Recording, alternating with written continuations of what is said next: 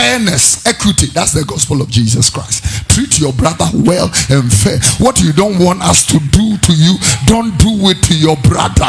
Simple. You are not the only people who will always be receiving attention. That is not Christianity. More, there's some kind of dominance that comes with certain people, that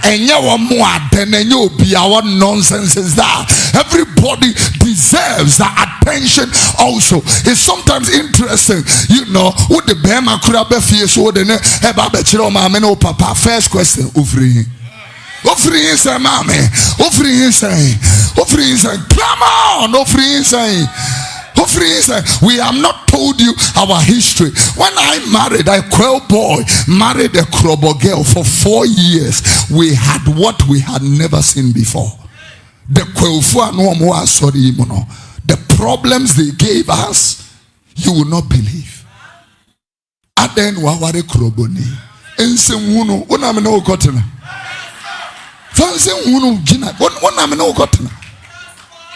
One day I stood here and they said, Obia umpe Kroboni, don't come back. Is here Biao? You are bringing your nonsense pettiness to the house of God. As soon as you bring it to the house of God, and we are purporting useless stigmatization and stereotypization against innocent people.